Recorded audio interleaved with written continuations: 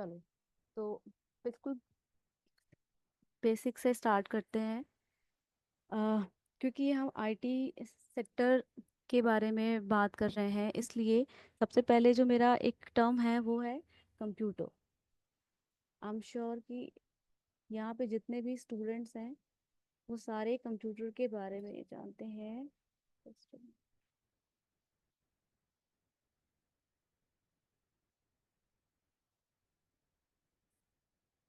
तो what is computer? ये सबको पता है कि कंप्यूटर क्या होता है, ठीक है, क्या कैसा काम करता है। तो इसके बारे में हम बात करते हैं कि ये कंप्यूटर है क्या एक्चुअली में। तो कंप्यूटर क्या है, जनरली एक आपको स्ट्रक्चर दिखाई देता है या एक डिवाइस दिखाई देती है। आप हमेशा कंप्यूटर या लैपटॉप को देखोगे तो आपको ये समझ में आता है कि आप उसे कहीं भी देखें, किसी पिक्चर पे देखेंगे या रियल पे देखते तो उसका एक आर्किटेक्चर उसी डिज़ाइन का होगा। उस पर एक स्क्रीन होगी, माउस होगा, टच पैड होगा। एक मतलब एक ऐसा आपको दिखाई देता है, उसको हम क्या बोलते हैं जनरली, कंप्यूटर। तो किसी भी डिवाइस की अगर हम बात करें ना, तो उसके मेन जो कंपोनेंट्स होते हैं वो दो कंपोनेंट होते हैं। कौन कौन से कंपोनेंट होते हैं? तो फर्स्ट होता है हमारा क्या, हार्डवेयर। एंड सेकेंड वन होता है हमारा सॉफ्टवेयर। ठीक है, सॉरी।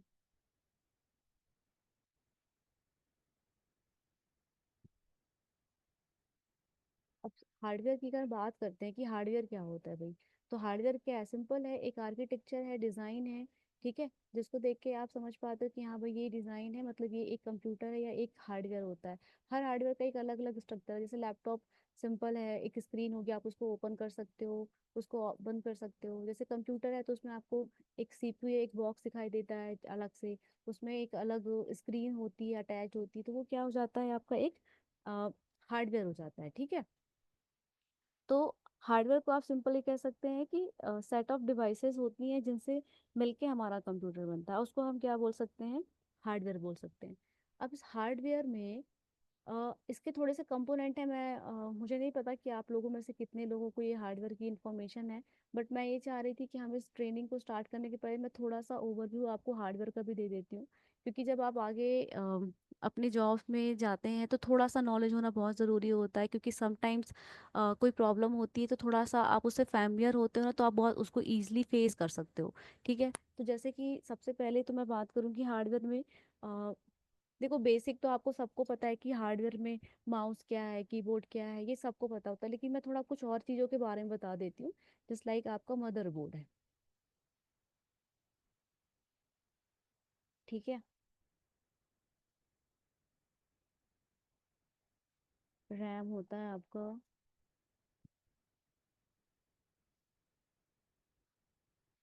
हार्ड डिस्क है, एंड फोर इज एस। तो मैं थोड़ी सी पिक्चर्स आप लोगों को शो करूंगी। आई होप कि आप लोग इसके बारे में फैमिलियर हो, मदरबोर्ड, रैम, हार्ड डिस्क या एस। ओके, तो मदरबोर्ड का मेन काम क्या होता है, बस थोड़े से चिप्स होते हैं इसमें। जैसे हम देखते हैं मदरबोर्ड, ये आप सब लोगों ने देखा होगा वैसे तो। ये स्ट्रक्चर जो दिखाई देता है ना आपको, यहाँ पे अलग अलग सेक्शंस बने होते हैं जहाँ से हमारा जो कंप्यूटर होता है ना वो कनेक्टेड होता है। मतलब ये सारे कंप्यूटर को क्या करता है, आपके ऑपरेट करता है, मैनेज करता है।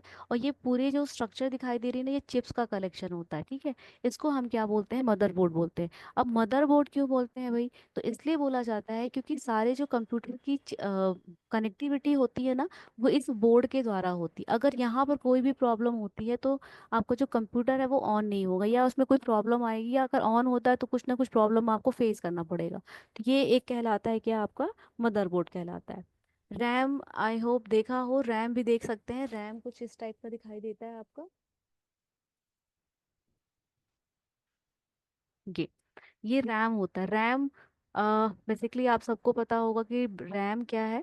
तो रैम क्या होता है, जो भी आप प्रोसेस रन करते हैं ना, जैसे अभी मैं ट्रेनिंग दे रही हूँ आप लोगों को, तो मेरे इस लैपटॉप पे क्या प्रोसेस हो रही होगी, क्रोम भी रन हो रहा है, ये जूम एप्लीकेशन भी रन हो रहा है, उसके साथ साथ मैंने इतने सारे टैब ओपन किए हैं, तो ये सारी रनिंग प्रोसेस हो रही है, ठीक है। तो जितने भी रनिंग प्रोसेसेस होते हैं ना, वो सारे कहाँ पर होते हैं, हमारे रैम पर होता है। इसलिए जब आप लैपटॉप परचेस करते हो, तो जैसे कई लोगों को गेमिंग पसंद होती है, या कई लोग ऐसे होते हैं जिनको आईटी के बहुत सारे काम एक साथ मैनेज करना होता है, तो रैम का स्टोरेज जितना ज़्यादा होगा, आप उतने फास्ट काम कर सकते हो, ठीक है। और डेटा जो होता है वो परमानेंटली स्टोर नहीं होता। जैसे कि अगर मैं अभी सब कुछ क्लोज करके शट डाउन कर दूं ना, तो मुझे वापस से सारी चीज़ें नहीं मिलेंगी। या कोई फाइल है, फाइल को अगर मैंने सेव नहीं किया हुआ है, तो फाइल मुझे वापस नहीं मिलेगी, दैट इज रैम, ठीक है। पर हम बात करते हैं हार्ड डिस्क के बारे में। तो जैसे मैंने रैम बताया, वैसा ही एक हार्ड डिस्क होता है। बेसिकली ये एक स्टोरेज डिवाइस होती है। तो स्टोरेज डिवाइस मतलब क्या है कि डेटा को परमानेंटली आप इसमें स्टोर करना चाहते हैं। जैसे कि हमारा ऑपरेटिंग सिस्टम, इस लैपटॉप को मैंने ओपन स्टार्ट किया, ऑन ऑफ किया, तो लैपटॉप ऑन हो रहा है, तो मेरा जो डेटा होगा ना, या मैं इसमें पिक्चर्स रखती हूँ, या कुछ भी मैं इसमें स्टोर करना चाहती हूँ, कि अगर मैं लैपटॉप मैंने ऑफ करके भी स्टार्ट किया, तो मुझे वो डेटा पूरा मिल जाए, वो हमारा क्या होता है, हार्ड डिस्क होता है। तो इसमें एक और चीज़ होगी, अभी तो जो एडवांस लैपटॉप आ रहे हैं अभी, हार्ड डिस्क थोड़ी स्लो होती है। तो थोड़ा सा एडवांस अगर आप देखेंगे, तो आपको एसएसडी भी मिल जाएगी। एसएसडी ज़्यादा फास्ट होती है डेटा को स्टोर करने के लिए, और थोड़ी एक्सपेंसिव भी मिलेगी आपको। थोड़ा कॉम्पैक्ट होता है देखने में काफ़ी। जो पुराने लैपटॉप होते हैं, आप उसमें अगर देखोगे तो कई लोग ऐसा करते हैं कि जैसे अब कहीं पे कनेक्टिविटी का ऑप्शन नहीं होता, तो डीवीडी राइटर को रिमूव करके भी एसएसडी लगवा सकते हो आप। मतलब हार्ड डिस्क भी रहेगी, एसएसडी भी लगवा सकते हो। या फिर आप जो न्यू लैपटॉप परचेस करते हो, तो आजकल एसएसडी ही आपको ज़्यादा देखने मिलेगा, ठीक है। क्योंकि आजकल फास्ट प्रोसेसिंग हमें चाहिए है, तो उसके लिए हम क्या यूज कर लेते हैं, एसएसडी कर लेते हैं, ठीक है।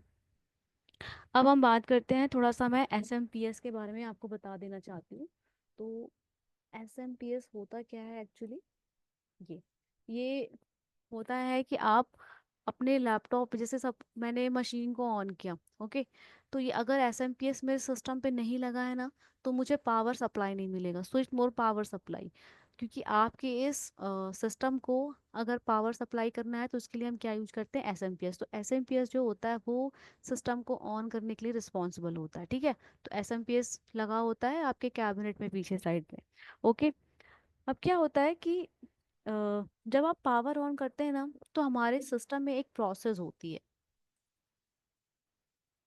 देखो, उसको हम जनरली बोलते हैं आईपीओ कॉन्सेप्ट।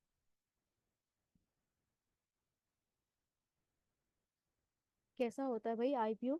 तो जनरली क्या होता है कि एक प्रोसेस होती है, जिसमें हम क्या करते हैं, डेटा को इनपुट करते हैं। आप डेटा इनपुट करेंगे, तो डेटा क्या होता है, आपका प्रोसेस होगा। कंप्यूटर उसको एक्सेप्ट करेगा, एक्सेप्ट करने के बाद आप क्या करते हैं, प्रोसेस करते हैं। प्रोसेसिंग बोल सकते हैं इसको। और उसके बाद आपका हो जाएगा क्या, डिस्प्ले या आउटपुट बोल सकते हैं,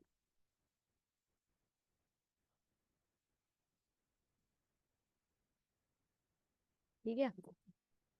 तो सबसे पहले क्या प्रोसेस होती है, इनपुट। इनपुट सबको पता है, इनपुट क्या होता है, सिंपली मुझे इंस्ट्रक्शन देना है। क्या इंस्ट्रक्शन देना है, मैंने बोला कि मुझे इस एज को ओपन करके दो, तो जैसे ही मैंने इस पर क्लिक किया, ये ओपन हो गया। इसका मतलब क्या हुआ, आपने इसको इनपुट दिया हुआ है। इनपुट मतलब हो गया कि आपने डेटा, इंस्ट्रक्शन दिया आपने सिस्टम को, उसने इनपुट करके दिया।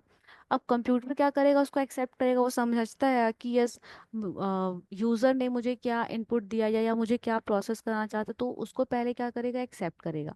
एक्सेप्ट के बाद क्या होता है, डेटा चेंज भी होता है कई बार। जैसे आप सपोज कोई मैथमेटिकल कैलकुलेशन करना है, तो आप क्या करते हो, सपोज कैलकुलेटर ऑन करते हो, ठीक है। अब उसमें आपने किया 2+2, तो कंप्यूटर उसको क्या करेगा, कन्वर्ट करेगा, ठीक है। तो वो क्या करता है, एक प्रोसेस करेगा। उसके बाद वो आपको क्या शो करता है, एक रिजल्ट शो करेगा। तो डिस्प्ले करना या आउटपुट देना, जो भी 2+2+ आपने किया हुआ है, उसका रिजल्ट आपको क्या हो जाएगा, आउटपुट में शो हो जाएगा, ठीक है। तो मेरे आप लोगों को इतना समझ में आ गया होगा, क्योंकि मैंने बहुत ही बेसिक सी चीज़ें बताई हैं। तो थोड़ा सा हम आगे कंटिन्यू करते हैं, क्योंकि ये बहुत बेसिक है, ओके।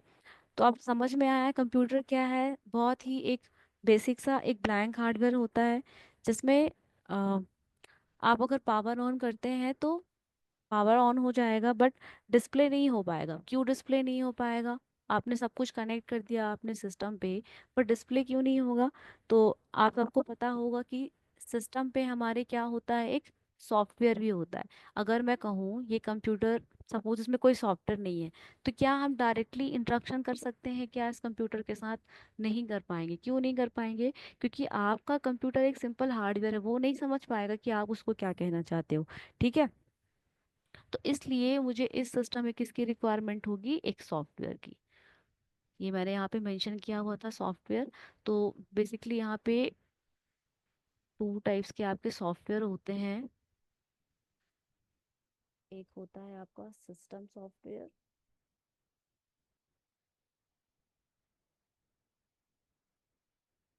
एंड एक दूसरा होता है आपका एप्लीकेशन सॉफ्टवेयर। ठीक है। अब हम बात करते हैं ये एप्लीकेशन सॉफ्टवेयर क्या होते हैं एंड सिस्टम सॉफ्टवेयर क्या होते हैं। देखो बहुत ही क्लियर समझ में आ रहा है कि एप्लीके सिस्टम सॉफ्टवेयर दैट मीन्स क्या है, एक सिस्टम में रह के काम करना, वर्क करना, या उस सिस्टम में ही आप उसको क्या कर सकते हो, इंस्टॉल कर सकते हो। मतलब ये डायरेक्टली अटैच किसके साथ होते हैं, किसी भी पर्टिकुलर हार्डवेयर के साथ होते हैं। या आप इनको ये भी बोल सकते हो कि जब जो सिस्टम सॉफ्टवेयर होते हैं वो बेसिकली क्या करते हैं, आपके हार्डवेयर को मैनेज करते हैं, एंड जो भी इंस्ट्रक्शंस यूज़र देता है उसको अंडरस्टैंड करके वो प्रॉपरली क्या देते हैं, आउटपुट देते हैं। ओके। तो ऑपरेटिंग सिस्टम सिस्टम सॉफ्टवेयर में आपका जो एग्जाम्पल है वो कौन सा होता है, ऑपरेटिंग सिस्टम।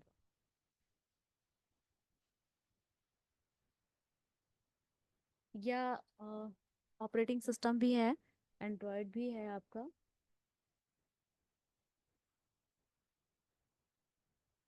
या आप लोग iOS जानते हैं, तो iOS भी होता है। जैसे कि आपने एक सपोज एक मोबाइल परचेस किया, ठीक है। अब मोबाइल परचेस किया, तो क्या ऐसा होता है क्या कि सिर्फ मोबाइल पे आपका व्हाट्सएप बस इंस्टॉल है, या पर्टिकुलर सिर्फ जीमेल ही आप उसमें ओपन कर पा रहे हो, या सिर्फ उसमें आप अपना क्रोम यूज कर पा रहे हो?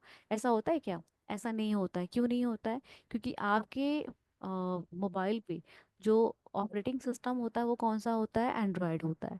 या एप्पल के फोन्स में आप देखते हैं iOS इंस्टॉल होता है, पर्टिकुलर कोई एप्लीकेशन नहीं होता। ठीक है। तो सिस्टम सॉफ्टवेयर का बेसिकली जो वर्क है वो क्या हुआ, कि जो यूज़र है उस यूज़र को उस हार्डवेयर के साथ क्या कराना, इंस्ट्रक्शन इंटरेक्ट करवाना। ठीक है। वो उस कंप्यूटर के साथ अपना वर्क कर सके, जो भी उसकी जॉब जॉब रिस्पॉन्सिबिलिटी है वो उसके सिस्टम के साथ कर सके। ठीक है। तो वो काम किसका होता है, आपके ऑपरेटिंग सिस्टम का होता है। जैसे मोबाइल पे आपका एंड्रॉयड होता है, कि आप अपना मोबाइल लेते हो, आपको जो भी एप्लीकेशन यूज करना है, जो भी यूज करना है, तो उसके बैकएंड में जो काम करेगा, कौन रिस्पॉन्सिबल होता है, आपका एंड्रॉयड होता है। तो ये जो एग्जांपल्स हैं वो कौन है आपके, ये सारे एग्जांपल होते हैं सिस्टम सॉफ्टवेयर में, जो यूज़र और हार्डवेयर को कनेक्ट करे। ओके। एंड सेकेंड वन होता है आपका एप्लीकेशन सॉफ्टवेयर। तो ऑब्वियस सी बात है कि जब आपने नया फ़ोन लिया है, अभी iPhone 16 लॉन्च हुआ है, तो आपने परचेस किया होगा अगर, तो उसको सिर्फ देखना नहीं है हमें, उसमें अपना जो भी टास्क है या जो भी हम एप्लीकेशन यूज करना चाहते हैं वो अपने मोबाइल पे ही हम इंस्टॉल करेंगे। ओके। तो एप्लीकेशन सॉफ्टवेयर का की रिस्पॉन्सिबिलिटी क्या होती है, कि वो एक सिस्टम सॉफ्टवेयर के साथ इंस्ट्रक्शन इंटरेक्शन करे और यूज़र को उसकी सर्विसेज प्रोवाइड करे। मतलब मैं उस एप्लीकेशन सॉफ्टवेयर को कहाँ पर इंस्टॉल करूँगी, सिस्टम सॉफ्टवेयर के ऊपर, चाहे वो आपका ऑपरेटिंग सिस्टम हो, आपका एंड्रॉयड हो या iOS हो। तो बहुत सारे एप्लीकेशंस होते हैं, जस्ट लाइक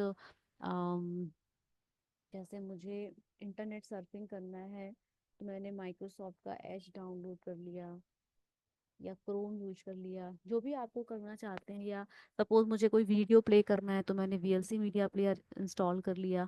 तो बहुत सारी, या आप वीडियो एडिट करते हैं, तो ऐसे बहुत सारे सॉफ्टवेयर होते हैं जो आप प्ले स्टोर से जाके डाउनलोड कर सकते हो, या आपका लैपटॉप है तो आप जाके वेबसाइट से जाके डाउनलोड कर सकते हो, है ना। APK जो भी करना है, तो वो सारे जो एप्लीकेशन होते हैं वो सिस्टम सॉफ्टवेयर के ऊपर होते हैं। ठीक है। अब जो आपकी ये क्लासेस हैं ये बेसिकली हैं एक ऑपरेटिंग सिस्टम के ऊपर ही। तो मैं थोड़ा सा इसको और डिस्क्राइब कर देती हूँ। आपका ये जो ऑपरेटिंग सिस्टम है ये क्या क्या है, थोड़ा सा हम इसके बारे में बात कर लेते हैं।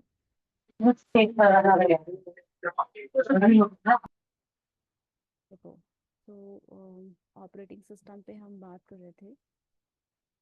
ये समझ में आ गया आप लोगों को ऑपरेटिंग सिस्टम का?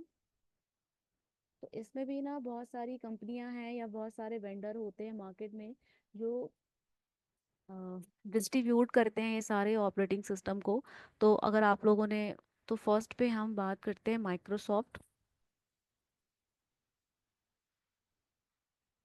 माइक्रोसॉफ्ट कंपनी है जो बहुत सारे ऑपरेटिंग सिस्टम्स को मार्केट में डिस्ट्रीब्यूट करती है, वेंडर है। जैसे कि आपने अगर सुना, अब देखो यहाँ पे एक और हम बात करते हैं कि कुछ ऑपरेटिंग सिस्टम ऐसे होते हैं जो पर्टिकुलर एक क्लाइंट के लिए बनाया जाता है, और एक ऑपरेटिंग सिस्टम ऐसा होता है जो पर्टिकुलर सर्वर्स के लिए बनाए जाते हैं। तो माइक्रोसॉफ्ट क्लाइंट एंड सर्वर दोनों के लिए ही ऑपरेटिंग सिस्टम को मार्केट पे लॉन्च करता है, ठीक है।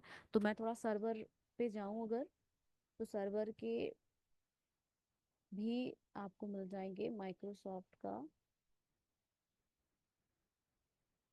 विंडोज सर्वर है, तो इसकी बहुत सारी सीरीज मिलेंगी। करंट में तो 19 है, आप 19 है, 16 है, 12 है। ये सारे ऑपरेटिंग सिस्टम मार्केट में लॉन्च करता है माइक्रोसॉफ्ट आपका। जो पर्टिकुलर कहाँ पे हम उसको यूज कर सकते हैं, सर्वर्स के साथ करते हैं। सेकेंड वन है, इसके क्लाइंट के लिए भी है। तो क्लाइंट में आपने देखा है जो आप नॉर्मली यूज करते हो, विंडोज 11, विंडोज 10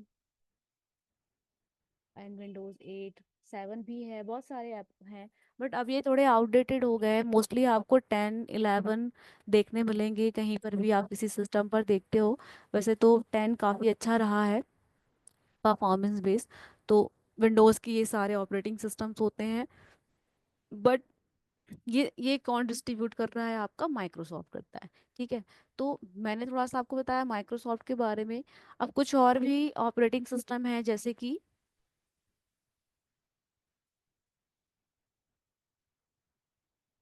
लाइनेक्स के बारे में हम बात करें, तो लाइनेक्स में भी बहुत सारे डिस्ट्रीब्यूशंस हैं, या आप उसको बोल सकते हो फ्लेवर हैं लिनक्स के लिए।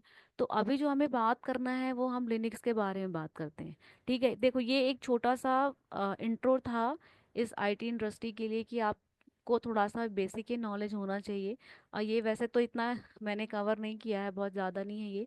इसके थोड़ा और अगर आपके पास नॉलेज होता है तो ये बहुत गुड होता है आपके आगे करियर के लिए। तो अब जो नेक्स्ट हम बात करने वाले हैं, हम किसके ऊपर बात करने वाले हैं, लिनक्स के ऊपर बात करने वाले हैं।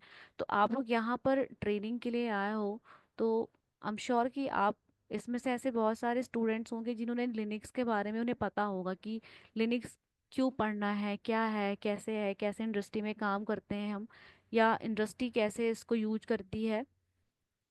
तो थोड़ा सा हम इसके बारे में बात करते हैं।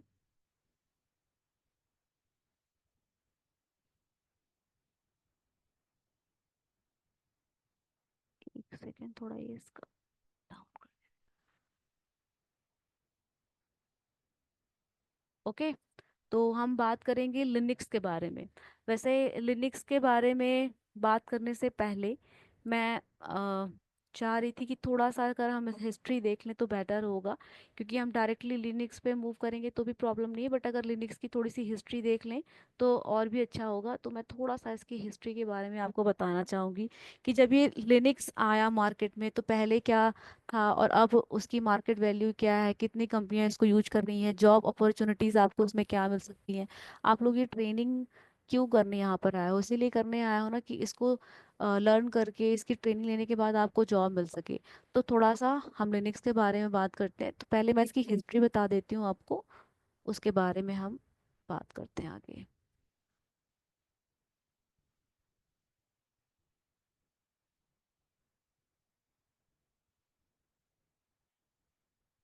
हिस्ट्री ऑफ लिनक्स, क्या हिस्ट्री थी इसकी, तो हम यहाँ पे बात करते हैं। देखो, पहले तो आपको पता है कि कंप्यूटर नॉर्मली यूज ही नहीं होता था। आई मीन कुछ रिसर्च सेंटर के लिए या डेटा सेंटर्स में इनका हम यूज करते थे, कुछ डेवलपमेंट के लिए हम यूज करते थे, नॉर्मल पर्सन इसको यूज नहीं करते थे। इवन दैट आप बड़ी बड़ी कंपनियां देखोगे या बैंक देखते थे, ये स्कूल देखो, कॉलेज, मतलब सब कुछ पहले पेपर वर्क होता था। पर धीरे धीरे यूज में आया क्या, आपके कंप्यूटर। और फिर कंप्यूटर तो यूज में आने लगे, लेकिन उसके पहले थोड़ा ऑपरेटिंग सिस्टम के बारे में बात करते हैं, क्योंकि कहीं ना कहीं सॉफ्टवेयर में भी डेवलपमेंट होता गया। ओके। तो लिनक्स जब आया तो उसके पहले क्या कंडीशन थी, देखो। लिनक्स के पहले थोड़ा और हम प्रीवियस बात करें तो लिनक्स के पहले कौन सा आया, यूनिक्स आया। यूनिक्स ऑपरेटिंग सिस्टम भी मार्केट में है।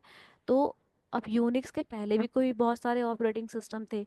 तो एक्चुअली क्या हुआ, मतलब ऐसे तो बहुत सारे ऑपरेटिंग सिस्टम मार्केट में है, बट कुछ ना कुछ ऐसी कमियां थी, मतलब कुछ भी फेल हो रहा है। जैसे कि अगर मैं बात करूं, अ, जैसे कि यहाँ पे अगर मैं 10 को डिवाइड करती हूँ 3 से, तो आप देखोगे कितना आएगा, 3.33333।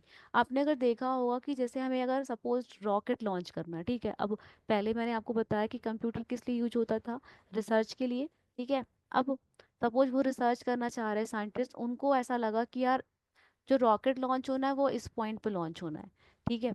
लेकिन जो आपका कंप्यूटर है वो उसको उतना प्रॉपर कैलकुलेट नहीं कर पा रहा है, ठीक है। तो प्रॉब्लम क्या है कि अगर पॉइंट का भी प्रॉब्लम आ रही है, वो उसे कैलकुलेट नहीं कर पा रहा है, तो इसलिए ये धीरे धीरे जो पुराने ऑपरेटिंग सिस्टम थे ना वो फेल होते गए। लेकिन अगर हम देखें तो उस इन सब के बाद कौन सा आता है, आपका यूनिक्स ऑपरेटिंग सिस्टम।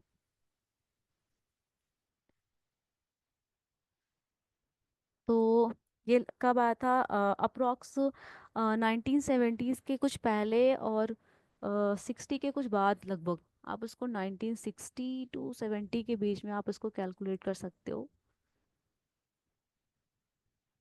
इस टाइम पे आपका यूनिक्स ऑपरेटिंग सिस्टम लॉन्च हुआ था, जिसको किसने लॉन्च किया था, केन थॉमसन ने। एंड आप, सॉरी की है, केन थॉमसन। एंड उनके एक दोस्त थे, डेनिस रिचई।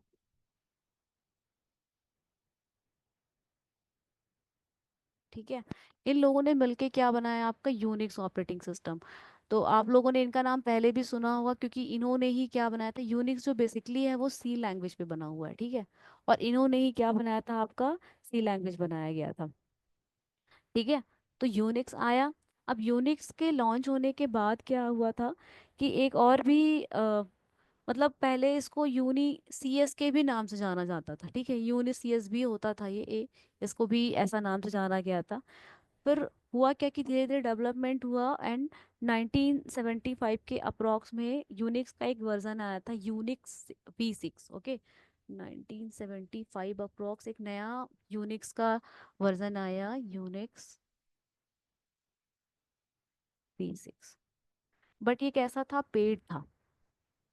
पता है क्या था कि धीरे धीरे सारी कमर्शियल कंपनियों ने क्या, इंडस्ट्री ने क्या किया कि ये जो सारे ऑपरेटिंग सिस्टम थे ना, इनको पेड कर दिया। मतलब आपको जो भी ऑपरेटिंग सिस्टम यूज करना है उसको क्या करना पड़ेगा, पे करना पड़ेगा।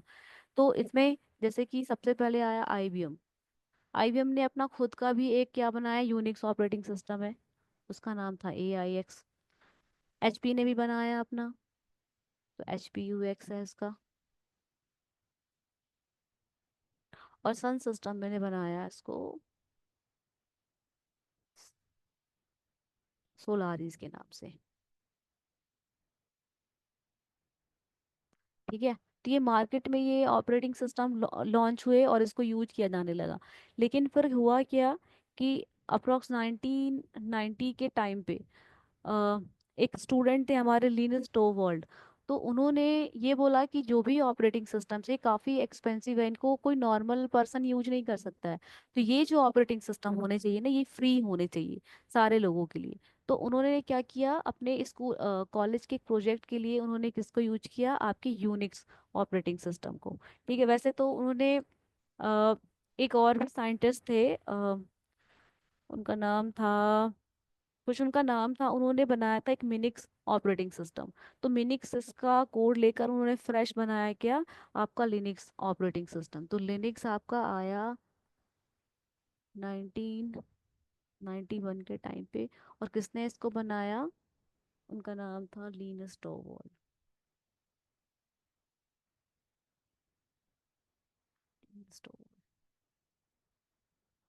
ठीक है, तो लिनस टॉर्वाल्ड ने क्या बनाया, एक प्रोजेक्ट के लिए ऑपरेटिंग सिस्टम बनाया जिसको क्या किया, फ्री कर दिया कि इसे आप कहीं इस ऑपरेटिंग सिस्टम को कोई भी यूज कर सकता है। एक प्रोजेक्ट का नाम दिया उन्होंने जीएनयू जीपीएल के अंदर ये प्रोजेक्ट आता है। और उस टाइम से फिर लिनक्स को क्या किया जाने लगा, कोई भी यूज कर सकता है। और अब ये कैसा हो गया, फ्रीवेयर हो गया है। ठीक है। तो अब धीरे धीरे थोड़े चेंजेस हुए। तो अगर हम वापस आके एक स्टैटिक्स देखें कि पहले के टाइम पे और अब में, तो ये समझ आया कि लिनक्स है क्या भाई। तो बहुत ही एक पावरफुल ऑपरेटिंग सिस्टम है। क्यों पावरफुल है ये हम आगे डिस्कस करते हैं। ओपन सोर्स का मतलब होता है कि देखो, आप देखते होंगे कि जब भी कोई हम एप्लीकेशन या सॉफ्टवेयर डिजाइन करते हैं ना, तो उसके बैकएंड में क्या होते हैं, कोड होते हैं। कोड मतलब कि जो भी आप लैंग्वेजेस पढ़ते हो, जैसे सी है, सी प्लस प्लस है, जावा है, पाइथन है, ये सारे क्या होते हैं, कोड होते हैं। तो जो वो कोड होते हैं ना बैकएंड में, उनके जो कलेक्शन को, जो पूरा कलेक्शन होता है उसका, वो हम क्या कहलाता है, सोर्स कोड होता है। उसको हम बोलते हैं सोर्स कोड। तो सोर्स कोड को जब कोई भी यूजर चेंज कर सकता है, वो क्या कहलाता है, आपका ओपन सोर्स कहलाता है। मतलब अगर सपोज मैं वीएलसी मीडिया प्लेयर यूज करना चाहती हूँ। अब मैं उसकी वेबसाइट पे जाके जो भी उसका कोड है, उसको मैंने थोड़ा चेंजेस करने की कोशिश की और कुछ मॉडिफाई किया। तो अगर मैं चेंज कर पा रही हूँ, दैट मीन्स वो जो एप्लीकेशन है या सॉफ्टवेयर है वो क्या हो गया, आपका ओपन सोर्स हो गया। ठीक है। मतलब उसके कोड में कोई भी जो चेंजेस कर सकता है वो क्या कहलाता है, आपका ओपन सोर्स होता है। एंड क्लोज सोर्स बेसिकली जितने भी माइक्रोसॉफ्ट के आपको ऑपरेटिंग सिस्टम मिलेंगे, वो क्लोज सोर्स होते हैं। आप उसमें बिल्कुल भी चेंजेस नहीं कर सकते। मतलब माइक्रोसॉफ्ट ने जैसे उसको लॉन्च किया है, वही एप्लीकेशन आपको क्या करना पड़ेगा, यूज करना पड़ेगा। ओके। एंड हार्डवेयर जो बहुत पावरफुल हार्डवेयर होते हैं, उनको मैनेज करने के लिए आपको किसकी जरूरत पड़ती है, लिनक्स ऑपरेटिंग सिस्टम की। आप एप्लीकेशंस रन कर सकते हैं, ठीक है ना। क्लाउड प्लेटफॉर्म में भी आप अगर देखोगे तो आज लिनक्स यूज किया जा रहा है। अगर आप लोगों को थोड़ा नॉलेज क्लाउड का है, तो जो हम उसमें वर्चुअल मशीन्स क्रिएट करते हैं जिसको हम EC2 बोलते हैं, तो EC2 भी आप में भी आप उसको वहाँ पे जो सर्वर्स आप क्रिएट करना चाहते हो ना, तो उसमें भी आप लिनक्स को यूज कर सकते हैं। ठीक है। तो ये ऑपरेटिंग सिस्टम हो गया लिनक्स, जो बहुत ही ज़्यादा पावरफुल है, ओपन सोर्स है, इंडस्ट्री में यूज किया जाने लगा है, और सिक्योरिटी भी काफ़ी अच्छी प्रोवाइड करता है। मेन तो इसका जो रीज़न है वो क्या है कि ओपन सोर्स के साथ साथ क्या है, बहुत सिक्योर है। मतलब कि Linux comparison to all operating system more secure, ठीक है ना। एंड तो इसलिए लिनक्स हम क्या कर रहे हैं, यूज करते हैं। ओके। तो थोड़ा सा और हम कुछ डिस्कस करते हैं इसके बारे में। दिस मीटिंग इज बीइंग, थोड़ा सा इसके डिज़ाइन भी देख सकते हैं कि मैंने आप लोगों को ये बता दिया है कि ओपन सोर्स का क्या मतलब होता है, एंड फ्री भी है। फ्री, देखो फ्री ऐसा नहीं है कि लिनक्स टोटली फ्री है। आ, जैसे अगर आप एक नॉर्मल स्टूडेंट होते हो, या आप उसको लर्निंग पर्पज से डाउनलोड करना चाहते हो ना, तो वो फ्री है, उसके लिए आपको कुछ भी पे नहीं करना पड़ेगा। बट अगर आप कमर्शियली उसको यूज करना चाहते हैं, तो कमर्शियली उसके लिए आपको पे करना पड़ेगा। उसका पेड वर्जन ही आप यूज कर सकते हैं। और उसका रीज़न क्या होता है कि जो पेड वर्जन है, तो आपको कई बार क्या होता है, सपोज आपको यूज करते समय कुछ प्रॉब्लम आई आपके ऑपरेटिंग सिस्टम में, तो कंपनी क्या करती है, फिर सपोर्ट देती है। तो वो सपोर्ट, उसके लिए आपको चार्ज देना पड़ता है। ओके, बाकी ये आपको क्या मिलेगी, फ्री मिलेगी। ठीक है। तो ये फ्री है। एंड सबसे मोस्ट इम्पॉर्टेंट चीज़ होती है हाईली सिक्योर। अच्छा, आप किसी भी चीज़ को यूज करते हैं, एप्लीकेशन है, सॉफ्टवेयर है, कोई भी डिवाइस है, तो सबसे जो मोस्ट इम्पॉर्टेंट फीचर होता है वो क्या होता है आपका, कि उसको सिक्योरिटी प्रोवाइड करना बहुत इंपॉर्टेंट होता है।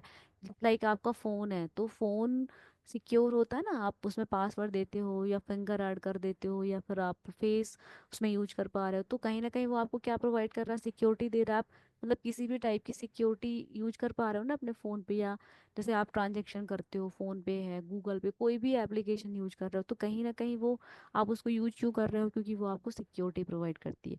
तो सेम यही रीज़न है लिनक्स ऑपरेटिंग सिस्टम का मार्केट में सबसे ज़्यादा यूज करने का, कि ये आपको सिक्योरिटी प्रोवाइड करती है। तो मेरे साइड से एक क्वेश्चन है आप लोगों के लिए, कि मुझे आप लोग कल बताइएगा कि ये हाईली सिक्योर क्यों है। और भी जो ऑपरेटिंग सिस्टम है वो इतने सिक्योर नहीं है, बट लिनक्स इतना पावरफुल क्यों है। तो ये आज का टास्क रहेगा, आप लोग कल मुझे बताइएगा। ये आप लोग अभी भी चैट में मुझे रिप्लाई कर सकते हो कि ये हाईली सिक्योर क्यों है। ओके। और फिर दूसरा जो रीज़न है,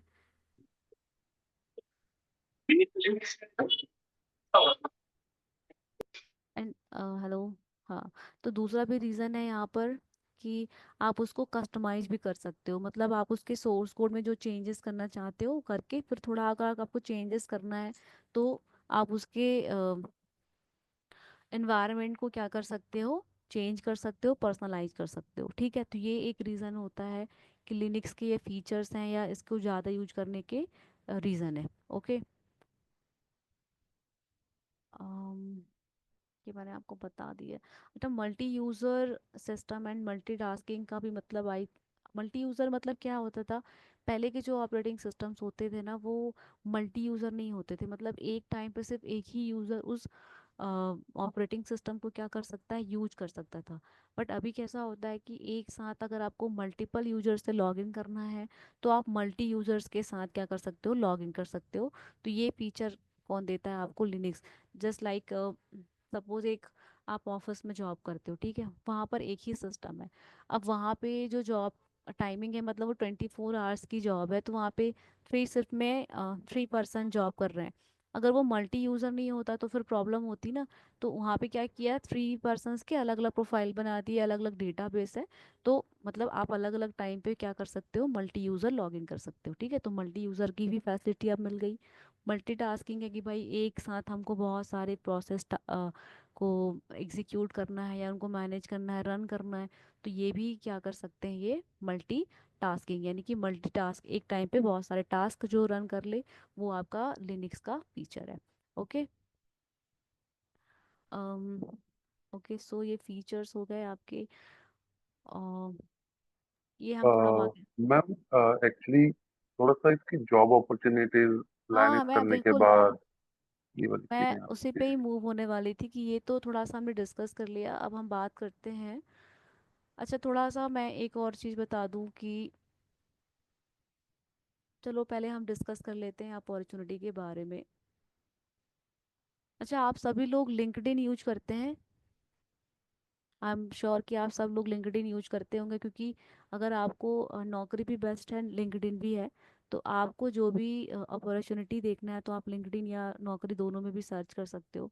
तो ये अपॉर्चुनिटी की अगर हम बात करें, देखो आज के टाइम पे लिनक्स का जो यूज़ है, अम, ये देखो यहाँ पे आपको एक वैल्यू मिलती है। ये देखिए, ये 24 की बात चल रही है कि इसका जो एक वैल्यू था वो ये लगभग है। पर थोड़ा सा इन्होंने ग्रोथ किया। अगर आप वापस जाते हैं 25 में देखिए, तो ये बढ़ के यहाँ पे पहुँच गया। पर अगर आप डे बाय डे ये चीज़ें देखते जा रहे हो ना, तो लिनक्स का यूज़ यहाँ पे आपको दिखा रहा है कि मार्केट में आज इसकी डिमांड क्या है, क्या ये वैल्यू रखते हैं। मतलब आप सोचो कि 90 के टाइम पे क्या था, और अब आज के डेट में आके ये जो आपका लिनक्स है वो कहाँ पर आ गया। क्योंकि इसका मेन रीज़न है सिक्योरिटी। और आप ये भी देखो कि ये कहाँ कहाँ पे इंडस्ट्री में यूज हो रहा है। ये देखो यहाँ पे आपको मिलेगा, बड़ी बड़ी कंपनियां जो हैं वो भी लिनक्स ऑपरेटिंग सिस्टम को यूज कर रही हैं। ठीक है। और ये देखो, ये यहाँ पर इन्होंने एक चार्ट बना के दिखाया है कि इसका जो यूज़ है कैसा धीरे धीरे जाके बढ़ता जा रहा है। देखो, आप खुद सोचो, तो आप ये समझो ना कि अगर इसका यूज हो रहा है मार्केट में, तो ऑब्वियस सी बात है कि अगर इसकी डिमांड है, तो मींस जॉब के अगर पर्पस से, अगर आपको उसके अंदर स्किल है, आपको पता है कि कैसे लिनक्स पे काम कर, देखो बहुत सिंपल है। विंडोज़ की अगर बात करें तो ये बहुत फैमिलियर है, मतलब बहुत इजी है। ठीक है, मतलब लिनक्स पे कैसा होता है कि अगर आपको थोड़ा बहुत भी नॉलेज है ना, तो आप उस पे जो मतलब काम कर सकते हैं, थोड़ा बहुत कर सकते हैं। बट लिनक्स ऐसा बिल्कुल नहीं है। अगर आप लोगों ने लिनक्स देखा हो ना, तो मैं थोड़ा सा इसका एक प्रीव्यू दिखाती हूँ। बहुत सिंपल है लिनक्स। चलो मैं रेड हैट ही दिखाती हूँ आपको।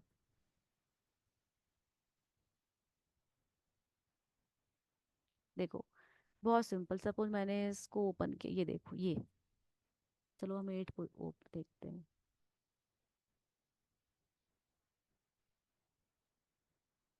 वापस से मैं आती हूँ, थोड़ा स्क्रीन बड़ा चाहिए। जस्ट मिनट, मैं इसको मिनिमाइज कर दी, ये बहुत इरिटेटिंग है। देखो ये ब्लैक स्क्रीन दिखाई दे रही है। अब इस ब्लैक स्क्रीन पे अगर आपको बिल्कुल भी नॉलेज नहीं है कि इसमें काम कैसे करना है, कैसे जो काम करना है, तो क्या आप इस पे काम कर सकते हो? क्या आप इसको मैनेज कर सकते हो? नहीं कर सकते हो। लेकिन अगर विंडोज़ की बात करें, तो विंडोज़ में आपको ना प्रॉपरली आइकन दिखाई देते हैं। ठीक है, कि आप अगर इस पर क्लिक करते हो ये एप्लीकेशन ओपन हो जाएगा। इस पर क्लिक करते हो ये एग्जिट हो जाओगे। आप इसमें मैक्सिमाइज कर सकते हो, मिनिमाइज, मतलब सारे ऑप्शंस आपको थोड़ा बहुत भी पता है तो आप विंडोज़ में वर्क कर सकते हो। बट अगर लिनक्स में नहीं पता तो आप बिल्कुल नहीं कर सकते। और आप अगर यहाँ पे देखो, तो आपको क्लियरली यहाँ दिख रहा है कि जो लिनक्स की डिमांड है वो धीरे धीरे मार्केट में बढ़ती जा रही है। ये वापस से मैं इसमें क्लिक करती हूँ थोड़ा।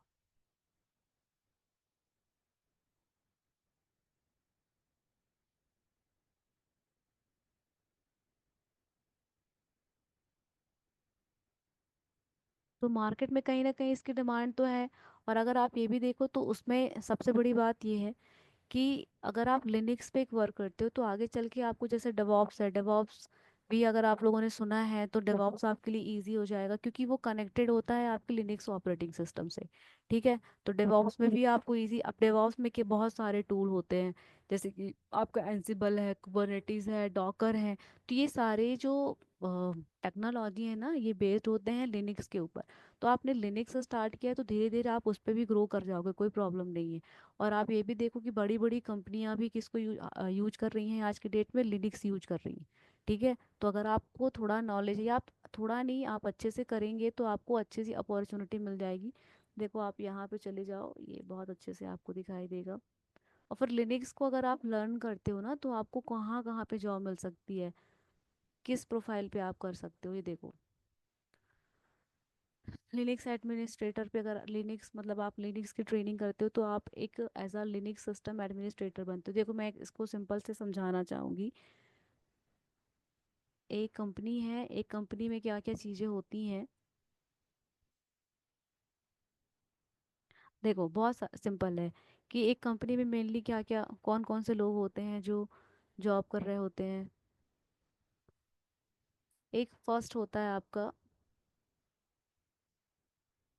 एक डेवलपर होगा, सॉफ्टवेयर डेवलपर है। सेकंड आपका क्या हो सकता है, एक जो सॉफ्टवेयर को टेस्टिंग करेगा। और थर्ड क्या होगा भाई, एक होता है आपका एडमिन, या आप जिसको बोल सकते हो एडमिनिस्ट्रेटर। तो कंपनी ने क्या किया, कंपनी ने बनवाया एक सॉफ्टवेयर कि भाई हमारी कंपनी में ये चीज़ें होनी चाहिए। हम सपोज जोमेटो है, ठीक है, अब जोमेटो का की क्या सर्विस है कि वो फूड डिलीवरी का काम करती है। ओके, तो उसके लिए हमें क्या चाहिए कि एप्लीकेशन चाहिए, क्योंकि भाई बहुत सारे क्या क्या हम सर्व करेंगे, डिलीवर करेंगे, खाना ऑर्डर हुआ नहीं हुआ, मतलब बहुत सारे चीज़ें हमें किस में मिलेंगी, एक सॉफ्टवेयर में। तो डेवलपर का काम क्या होगा, वो सी पढ़ेगा, सी प्लस प्लस पढ़ेगा, पाइथन पढ़ेगा, बहुत सारे प्रोग्रामिंग लैंग्वेजेस को सीखने के बाद वो एक कोड आपको बना के देगा। अब टेस्टर का काम है कि भाई वो टेस्ट करे कि क्या जो आपने मुझे एप्लीकेशन दिया है वो प्रॉपरली वर्क कर रही है कि नहीं कर रही है। अगर वो वर्क नहीं कर रही है तो उस पर फिर से टेस्ट, फिर से उसमें वर्क किया जाएगा, फिर से उसमें चेंजेस होंगे। तो ये काम दो पर्सन्स के हो गए। अब अगर आपका वो सॉफ्टवेयर सक्सेसफुली होता है, आपने उसको लॉन्च कर दिया, उसको सारे यूजर्स यूज कर रहे हैं, तो ऐसा तो नहीं होगा कि जो आपने सॉफ्टवेयर को लॉन्च किया है वो उसका एक डेटाबेस होगा, जो डेटाबेस जाके कहाँ सेव होता है, आपके सर्वर पे होता है। तो सर्वर पे उस सर्वर को कौन मैनेज करता है? सिस्टम एडमिन करता है, या आप उसको सिस्टम एडमिनिस्ट्रेटर कह सकते हो या लिनक्स एडमिनिस्ट्रेटर कह सकते हो।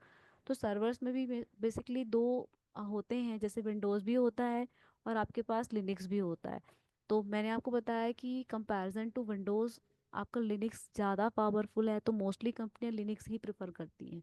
ठीक है। तो आपकी वहाँ पे प्रोफाइल क्या होगी कि आपको अगर कोई प्रॉब्लम फेस हो रही है, वहाँ पे सर्वर प्रॉपरली रिस्पॉन्स नहीं कर रहा है, तो वो फिर आपकी रिस्पॉन्सिबिलिटी होती है कि आप उसमें चेक करो कि प्रॉब्लम क्या है। तो ये कैसे चेक कर पाओगे? आपको कैसे पता चलेगा सर्वर क्यों रिस्पॉन्स नहीं कर रहा है? नेटवर्क का इशू है, या कोई फाइल मिस हो गई है, यूज़र की प्रॉब्लम है, लॉगिन नहीं मतलब आपको बहुत सारी चीज़ें इस ट्रेनिंग के अंदर सीखने मिलेगा। तो ये कौन बताएगा? जब आप उसकी ट्रेनिंग करोगे तो समझ में आएगा ना आपको। अब आप, बहुत सिंपल सा लॉजिक है, आज आप देखो कि कंप्यूटर किस फील्ड में यूज नहीं होता है। मतलब आप कहीं भी चले जाओ, हॉस्पिटल चले जाओ, college, school, every, even that आप अभी ना छोटे छोटे बच्चों को देखो ना, तो वो भी लैपटॉप लेके पढ़ाई कर रहे हैं, ऑनलाइन क्लासेस होती हैं अभी। ये समर वेकेशन चल रहा है तो ऑनलाइन क्लासेस चल रही, तो उनको लैपटॉप चाहिए। तो लैपटॉप तो हर जगह यूज हो रहा है, तो अगर आपके अंदर स्किल है तो आपको कैसे जॉब नहीं मिलेगा? फिर इतनी बड़ी बड़ी कंपनियां हैं मार्केट में। ठीक है, तो जॉब की प्रॉब्लम आपको नहीं होगी, आप इसको प्रॉपरली सीखिए। आपको जॉब का की प्रॉब्लम नहीं है, आपको इजीली जॉब मिल जाएगी, लेकिन उसके लिए आपको बहुत डेडिकेशन देना पड़ेगा। देखो लिनक्स जो है वो बेसिकली वो CLI बेस्ड काम करती है। मतलब आपको पूरे कमांड्स की पकड़ होनी बहुत ज़रूरी है, आपको सारी चीज़ें प्रैक्टिस करनी पड़ेगी अगर आप लोग इसमें आगे मूव करना चाहते हैं तो। और इजी भी है, ऐसा नहीं है, आप प्रैक्टिस करेंगे तो आपको बहुत मज़ा आएगा लिनक्स सीखने के बाद। ठीक है। तो अभी किसी को कुछ डाउट है, कोई कुछ पूछना चाहता है क्या? तो आप लोग थोड़ा मेरे से बात करेंगे ना तो मुझे समझ में आएगा कि आप लोगों को, आप लोग किस लेवल पे हैं, मुझे कैसे आप लोगों को ट्रेनिंग देनी है। और आप लोग बिल्कुल भी, बहुत सारे स्टूडेंट्स हैं दिख रहे हैं मुझे। किसी को कुछ डाउट है, आप लोग अनम्यूट करके बात कर सकते हैं।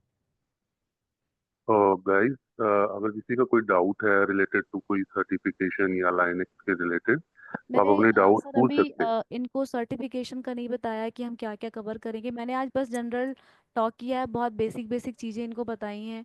हो सकता है जो मैंने आज बताया है इनको समझ में मतलब इन्हें पहले से भी पता होगी, क्योंकि मुझे पहले थोड़ा ये देखना था कि सारे स्टूडेंट्स जो हैं वो, उन्हें कितना पता है। तो थोड़ा ये लोग मुझे इंट्रोड्यूस करें अपने आप को तो बेहतर होगा मेरे लिए।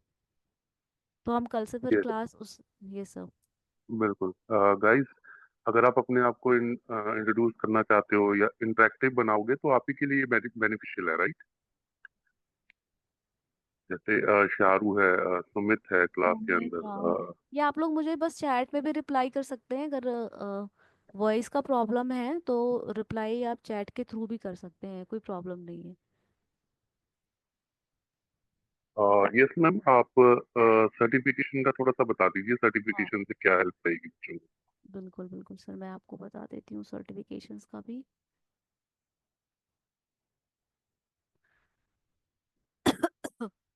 जैसा कि मैंने आज इनको बहुत छोटा सा ये सर्टिफिकेशन का, पहले तो मैं बता दूं कि जो ये सर्टिफिकेशन है उसका बेसिकली नेम होता है RSCSA, red hat certified system administrator. Okay, तो ये सर्टिफिकेशन करने से आपको बेनिफिट क्या मिलेगा, तो थोड़ा हम इसके बारे में बात करते हैं। सिंपल है, जैसे कि आप स्कूल में आपका एक लेवल है कि आप, आपने ग्रेजुएशन कर लिया, आपने मास्टर कर लिया, तो समझ में आता है कि आप ग्रेजुएट हो, मतलब आप जॉब के लिए एलिजिबल हो जाते हो। तो सेम अगर आप IT में भी ऐसे मूव करना चाहते हो, आपको लगता है कि मुझे अपॉर्चुनिटी और भी चाहिए है, तो उसके लिए ना आप ये सर्टिफिकेशन करते हो, ये ग्लोबली होते हैं, मतलब आप कहीं भी इंडस्ट्री में जाओगे ना तो ये वैलिड होते हैं। इससे समझ में आएगा कि यस, आपको इस टेक्नोलॉजी का ना नॉलेज है। ठीक है। तो रेड हैट का जो, रेड हैट बेसिकली एक कंपनी होती है जो ये लिनक्स के ऊपर सर्टिफिकेशंस कराती है, ताकि जो भी स्टूडेंट्स हैं या जॉब सर्च कर रहे हैं उन्हें जॉब इजीली मिल जाए। तो ये इसका जो सर्टिफिकेशन है उसका नाम होता है RSCSA। ओके। तो फर्स्ट से आपको स्टार्ट करना है, जैसे कि मैंने थोड़ा सा आपको नॉलेज बताया, इंट्रोडक्शन दिया था लिनक्स के बारे में। अब लिनक्स के फ्लेवर्स भी अलग अलग होते हैं, तो वो थोड़ा हम कल देख लेंगे।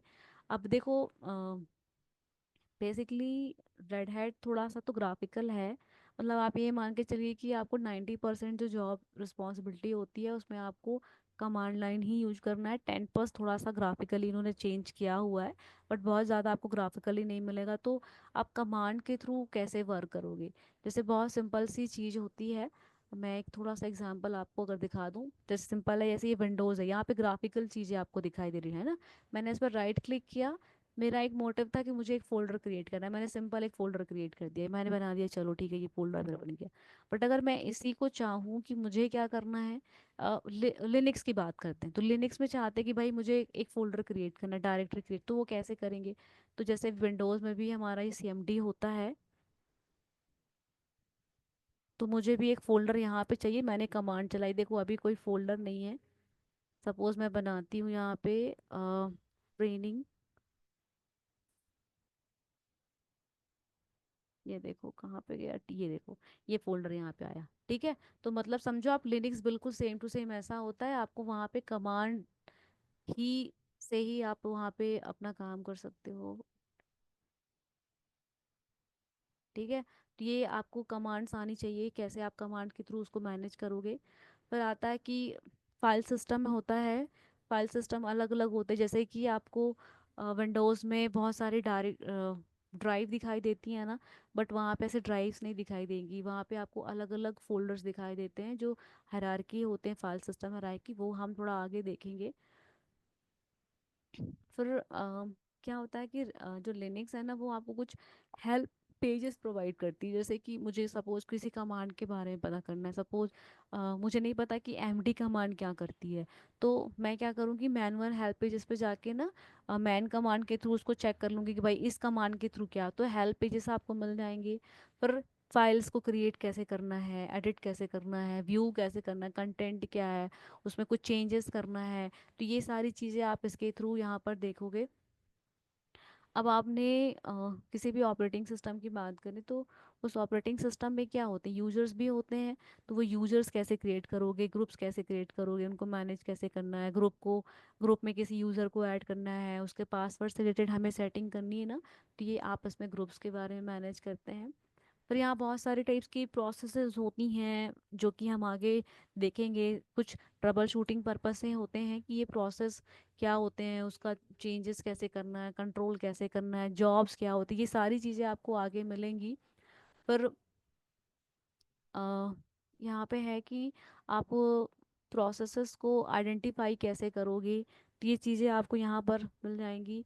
पर यहाँ पे आता है एसएसएच, आप सबको पता है रिमोट क्या होता है, रिमोट मतलब जैसे अभी मैं ट्रेनिंग दे रही हूँ तो रिमोट हम ट्रेनिंग दे रहे हैं ना, वैसे ही लिनक्स में होता है एसएसएच। तो एसएसएच के थ्रू बहुत सारे रिमोटली आप कमांड लाइन थ्रू मैनेज करते हो, तो ये कैसे होगा ये आपको आगे देखना है। लॉग्स, लॉग्स मतलब होता है जैसे सपोज आपका सर्वर रिस्पॉन्स नहीं कर रहा, ओके, तो अब आपको कैसे पता चलेगा कि भाई सर्वर क्यों रिस्पॉन्स नहीं कर रहा है। तो जो उसकी एक प्रॉब्लम होती है ना, उसकी एक लॉग जनरेट होती है, वो लॉग मतलब होता है कि इन्फॉर्मेशन, आप उसको देख के समझ पाओगे कि प्रॉब्लम क्या है एक्चुअली में। तो लॉग कैसे रीड करते हैं, कैसे प्रॉब्लम्स को सॉल्व करना है, ये हम आगे देखेंगे। एंड फिर आपको नेटवर्किंग भी यहाँ पे थोड़ा क्रिएट करना पड़ेगा, नेटवर्क आईपी देना, कमांड लाइन थ्रू ग्राफिकली कैसे होता है, होस्ट नेम कैसे होगा, सिस्टम का नेम क्या होगा, तो ये नेटवर्क को मैनेज करने के लिए आपका ये आएगा।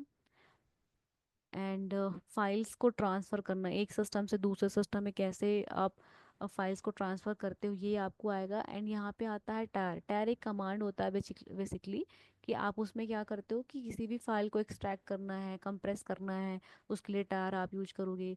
पैकेजेस, कोई सॉफ्टवेयर है उसको इंस्टॉल करना है, तो उसके लिए आपके पास ये पैकेजेस इंस्टॉल करना है, तो उसके लिए आपको यम मिल जाएगा, डीएनएफ, ये सारे होते हैं सॉफ्टवेयर पैकेजेस। तो ये कमांड होती है, इनके थ्रू आपको ये हम दिखाएंगे।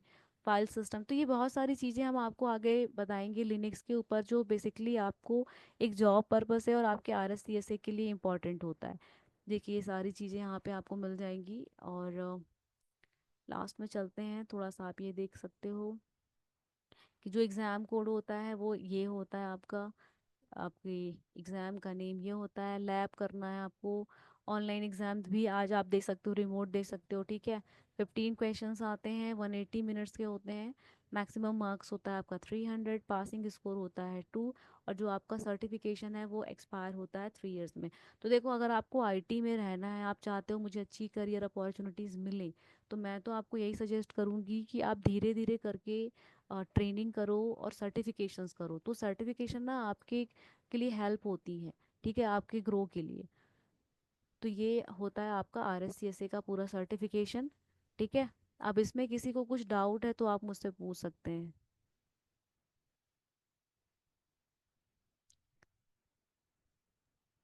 तो गाइस, अगर किसी का डाउट है तो आप पूछ लीजिए, नहीं तो हम आज का सेशन समराइज करते हैं और कल के लिए दोबारा हम ज्वाइन करेंगे डे 1 क्लास से।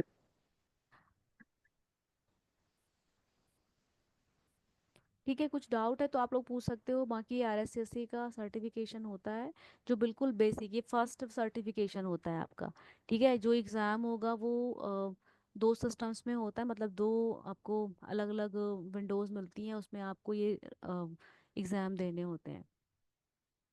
तो ये काफ़ी इजी भी है, बस प्रैक्टिस करना। लिनक्स देखो बहुत इजी भी है, मैं आपको अभी भी इसका कहूँगी। इसका सॉरी मैम, यस यस। इसका फीस क्या है सर्टिफिकेशन से?